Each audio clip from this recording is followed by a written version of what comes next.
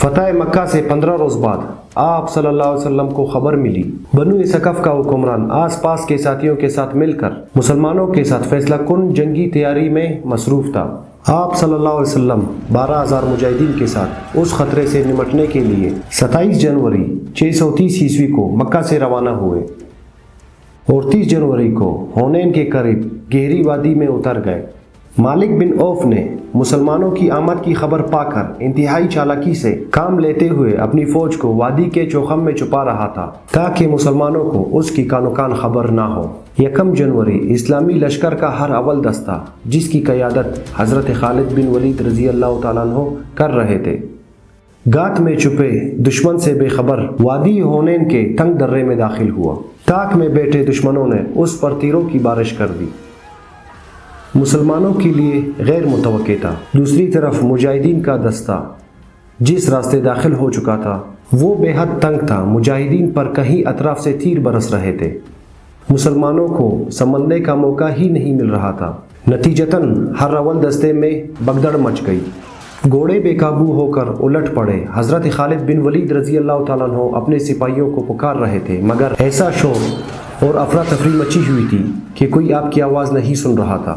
ساتھ ہی آپ رضی اللہ تعالیٰ عنہ چند ساتھیوں کی مدد سے حملہ آوروں کو روکنے میں لگے ہوئے تھے۔ آپ کی توجہ بٹی ہوئی تھی، دشمن نشانہ تاک کر آپ پر تیر برسا رہے تھے، کئی تیر آپ کی جسم میں اتر چکے تھے۔ آپ ڈٹے ہوئے تھے مگر زیادہ خون بہہ جانے سے آپ بے ہوش ہو کر گھوڑے سے گر گئے۔ اس دوران ہر حول دستے کی پیچھے آتا اسلامی لشکر بھی اس تنگ راستے میں داخل ہو کر گات لگائے دشمن کی تیروں کی زد میں آ چکے تھے۔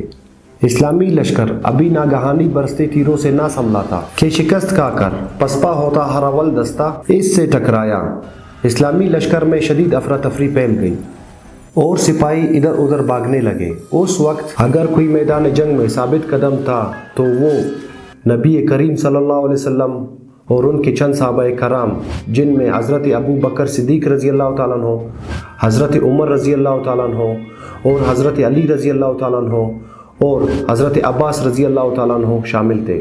اس وقت چند مسلمان سپاہی بھاگ رہے تھے اور دشمن ان کا تعاقب کر رہا تھا۔ اس نازک موقع پر حضرت علی رضی اللہ تعالیٰ عنہ نے کمال جرأت سے کام لے کر حملہ آور دستے کے سالار کو مار گرایا۔ کہیں صحابہ پلٹ کر اس دستے پر ٹوٹ پڑے۔ زبردست جھڑپ کے بعد بنو ثقف کا یہ دستہ بھاگ کھڑا ہوا۔ اب جنگ پاسا پلٹنے لگا۔ اسی دوران رسول اللہ صلی اللہ علیہ وسلم کی نگاہ دور پڑے زخموں سے چور بے ہوش بنی مخزوم کے شہزادے حضرت خالد بن ولید رضی اللہ تعالیٰ عنہ پر پڑی۔ آپ نے جب دیکھا تو فوراً اس کے پاس تشریف لے گئے اور ان کے جسم پر سر سے پاؤں تک پھونک ماری، جس پر حضرت خالد بن ولید رضی اللہ تعالیٰ عنہ نے آنکھیں کھول دی۔ آپ صلی اللہ علیہ وسلم نے حضرت خالد بن ولید رضی اللہ تعالیٰ عنہ کی آنکھوں میں آنکھیں ڈال کر فرمایا، خالد اٹھو، مسلمانوں کو تمہاری ضرورت ہے۔ خالد فوراً کھڑے ہوئے۔ آپ صلی اللہ علیہ وسلم کے حکم پر خالد کے جسم سے تیر نکال کر پٹی باندھ دی گئی۔ آپ صلی اللہ علیہ وسلم کے الفاظ نے حضرت خالد بن ولید رضی اللہ تعالیٰ عنہ کے جسم میں ایک نئی روح پھونک دی تھی۔ آپ اٹھ کھڑے ہوئے، تلوار سنبھالی اور گھوڑے پر سوار ہو کر دشمن پر ٹوٹ پڑے۔ جسم پر بے شمار زخم تھے مگر اس مرد میدان کا جذبہ آسمان کو چھو رہا تھا اور ان کا گھوڑا سب سے آگے دشمن کی صفوں میں بجلی کی مانند دوڑ رہا تھا۔ دشمن خالد بن ولید رضی اللہ تعالیٰ عنہ کے وار سے بچنے کے لیے چھپ رہے تھے مگر انہیں کہیں امان نہیں ملی تھی۔ آپ رضی اللہ تعالیٰ عنہ کا لباس خون سے سرخ ہو رہا تھا مگر آپ رضی اللہ تعالیٰ عنہ اس مہم میں دلیری اور جواں مردی کی تاریخ اپنے تلوار سے یوں تحریر کر رہے تھے کہ دشمن حواس کھو رہا تھا۔ حریف قبائل کے نامور سردار حضرت خالد بن ولید رضی اللہ تعالیٰ عنہ کے ہاتھوں مارے گئے۔ دشمن پر حضرت خالد بن ولید رضی اللہ تعالیٰ عنہ کی اتنی دہشت بیٹھی کہ اس کے کچھ ہی دیر بعد دشمن آگے آگے بھاگ رہا تھا اور حضرت خالد بن ولید رضی اللہ تعالیٰ عنہ کا دستہ ان کے تعاقب میں تھا۔